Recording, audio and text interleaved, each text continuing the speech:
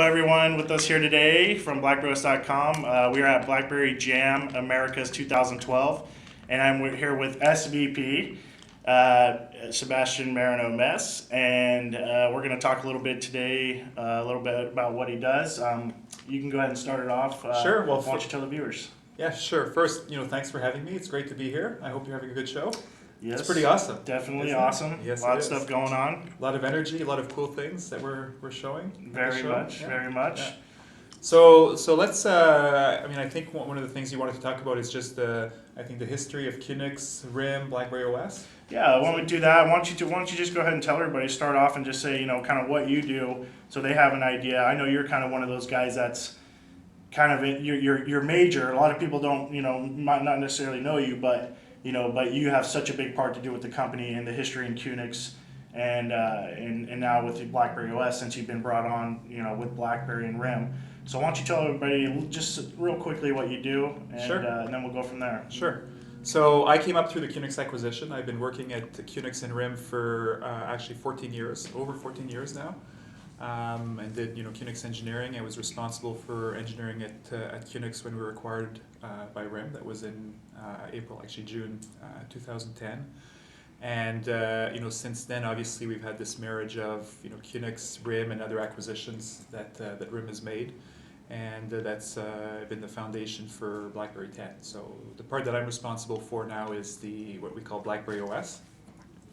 Great name. Great name. And if you notice here, this fine young man is wearing this shirt. I mean, it just looks so much better on him than it does me. So I'm sorry. So and that's really, when you think about it, it's really all of the core operating system, a lot of the the headless pieces that are somewhat invisible in the system that kind of power the entire device. And then we have another group that's responsible for applications, cascades, UI, and so on. And you're like a visionary, I like to say. I talked to you a little bit earlier at the event, me and you, and you were at Mobilize last week, right? San Francisco. I know you're there with some of the other guys, and you were I read a few articles about it, and you were talking about integration in BlackBerry. So you mentioned something about a swimming pool. It was insane. Something about like your swimming pool heater and the refrigerator and everything, with your device and working all in tow with each other, and just that type of level integration for people. Why don't you just kind of brush on that a little bit for us? Sure. I know it's a huge topic. What do you think about it? Like what? Yeah. Well, the first thing I'll say is I have a great team that works with me. So I can't take credit for all of the ideas. Yeah. But I think part of the vision that we're really pushing when we talk about mobile computing, it's really about I like to call it ubiquitous computing, computers that surround you, not just your handset, but things like cars, and you talk about refrigerators, like home control, medical devices, you name it. Having them, they're all running really complex software, and we want them to fully integrate together, right? So what you really want as an experience is like this seamless life where you don't have to, when you're in your car, you don't actually have to pull your handset, like your cell phone, and actually look up the address of where you're going and type it back into your car, right? You want those computers to all talk to each other and kind of make it completely seamless, like basically invisible, right? So that it becomes unconscious. They just work for you. And that's really one of the big things that we were talking about last week. What are the steps that are needed as an industry to achieve that? And a lot of it is more about how you it's less about the technology that you need, and it's more about how you get standards that allow all these devices to communicate smartly. And we talked about also, in this idea, because you have BlackBerry, you have Android, you have Apple, you have all these, Microsoft. So who ends up trying to set the standard? Does everybody have to agree, or do you just, kind of tree out on your own there? How do I think if we really want to achieve this vision, this ubiquitous computing vision where everything works together, you have to recognize that it's a heterogeneous world. Like it's not going to be one player that basically has hardware and software that runs on every computer that you own. Like Apple's never going to go and build a car, for example. Right. So you have to accept that it's going to be, there's going to be different software platforms, and the standards have to transcend that. So which really means it can't be one company pushing it. It has to be like in the same way that the World Wide Web is is run by W3C, which is an independent organization. I think you need the same to apply to interoperability between devices. Right, and almost it seems like as QNX is so everybody knows that you're into the medical already, you're into a lot of these areas already, so why not have BlackBerry be the platform everywhere? The platform That's that right. sets it up that everywhere, which is great. I think that's awesome. I also want to ask you about you were talking about the iPhone like being too closed and Android being too open to achieve different levels of integration that Right. they might be able to catch this. And what would you tell people that are on the fence about BlackBerry right now? What would you tell them about BlackBerry 10 in regards to why it would be the best platform to choose over the others? So I think if you look at, so my comment around closed and open was really in the context of this ubiquitous computing, right? If you want to achieve this vision. The integration, That's you were right. just expanding on that. Yeah, like Apple is really closed, so their devices work together, but they don't really work very well with the rest of the ecosystem. Right. Android is actually very open, which is great for innovation, but it causes so much fragmentation that it's hard to even create an app that runs on every Android device, let alone having it integrate with the rest of the world, right? Because it's so fragmented. Right. When I think of BlackBerry 10, we've done a few things in the platform. One of it is we're really big believers in open standards. And the second is if you look at the developer communities that we're embracing, we have support for Cascades, Qt, C++, we have support for web, we have support for Air, we have support for Android development.